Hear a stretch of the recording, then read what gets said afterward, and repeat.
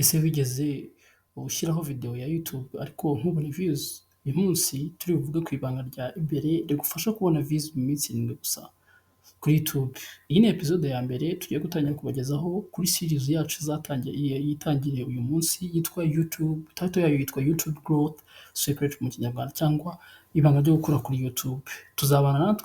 Muzabana natwe muri iyi uruhererekane rwa video rwerekana kuko ibanga ryo gukora kuri YouTube channel, kandi tuzabashyiraho ibintu byose mwifuza. Ubu rero dutangiranye na episode ya mbere ariyo uburyo bw'ibanga twakora kuri YouTube, ibyo twakora, ibyo byadufasha gukora. Twihuse rero turatangira kuri part 1.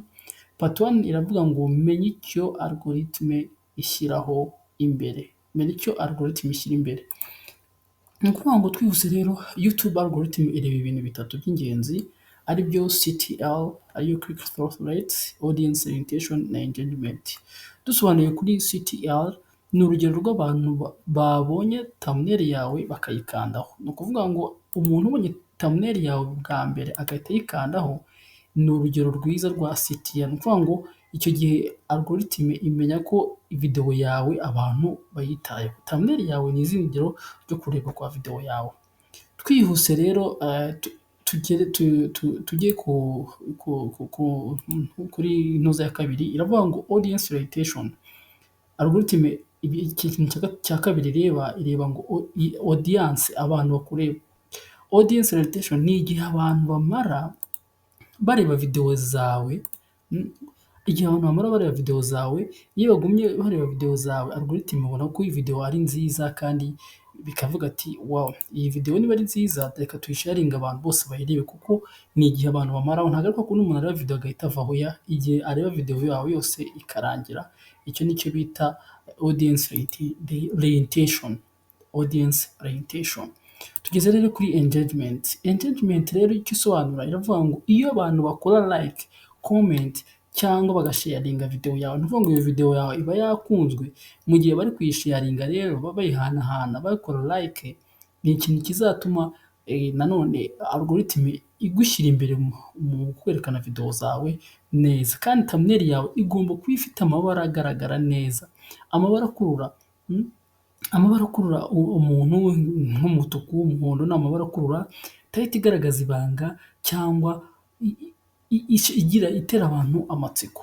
Iki ni ikintu rero cya mbere part 1 tubonyemo icyo bita CTR, ariyo click through rate, tubonamo audience orientation, tubonamo engagement. Kuvuga ngo YouTube algorithm ireba ibintu bitatu by'ingenzi: CTR, audience orientation na engagement. Twabibonye byose. Tugereze rero twihuta tugeze kuri part 2. Part 2 rero iravuga ngo ibanga rya title na thumbnail. Ibanga rya title na thumbnail, umva ngo thumbnail yawe, niba titre yawe nko muri izi titre, reka tubabwire niyo wafata mu video nshya kuri YouTube, uko nabonye, uko nakoze cyangwa sorry, uko nakoze views hano nuko twanditse na uko nabonye views 10,000 mu cyumweru kimwe. Ni ukuvuga ngo titre wafata ni iyi ngiyi n'ubundi igaragara, urabona ko ni ibintu bigaragarira buri muntu wese. Ni ukuvuga ngo rero niba ugiye gukora ikintu cyawe kigaragara, niba titre yawe ugiye gukora yikore izigaragara nk'iyi ngiyi. Wibwira abantu ngo video nshya kuri YouTube, urumva iyo titre ntabwo izakurura umuntu, ntabwo umuntu azagira amatsiko yo kuvuga ngo agiye kuyijyaho.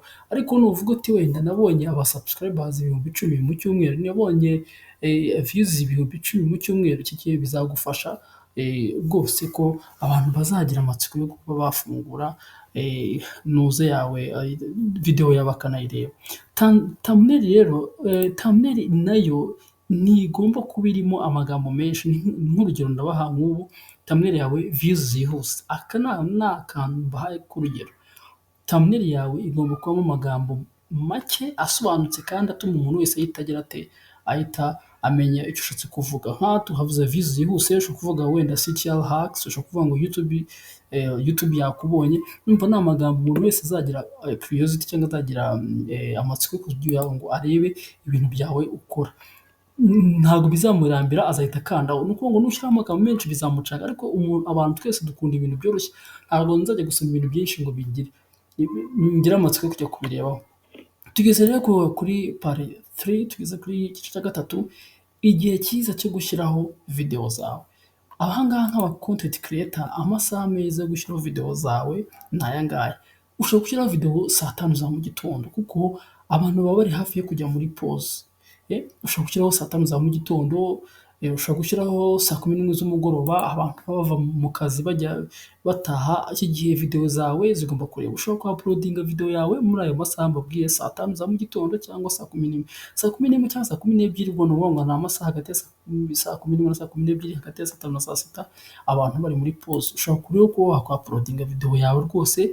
Ibyo bikorwa cyane ku minsi wenda ya weekdays, y'iminsi isanzwe, ariko nko muri weekend wenda ushobora gupostinga video saa 5 za mu gitondo, abantu baba bavuye gusenga saa 6, saa 11, ariko mu minsi y'imibyizi ushobora gupostinga saa 6 cyangwa saa 11, saa 12 kugira ngo abantu bava muri pause bayirebe neza. Icyo gihe rero rwose bizagufasha ko iki gihe views zawe ziziyongera, kuko urumva niba upostinze abantu audience yawe izaba iriho, audience yawe ni ikintu cya mbere ko umenya igihe iziraho. Nkuko nagiye mbibereka, hari aho bireba ukajya muri audience, ukajya ukareba graphics zayo. Iki gihe rero umenya ngo abantu bawe baza kuri ntuza baza kureba igihe kihe, niba ari saa 6 niba ari saa 5.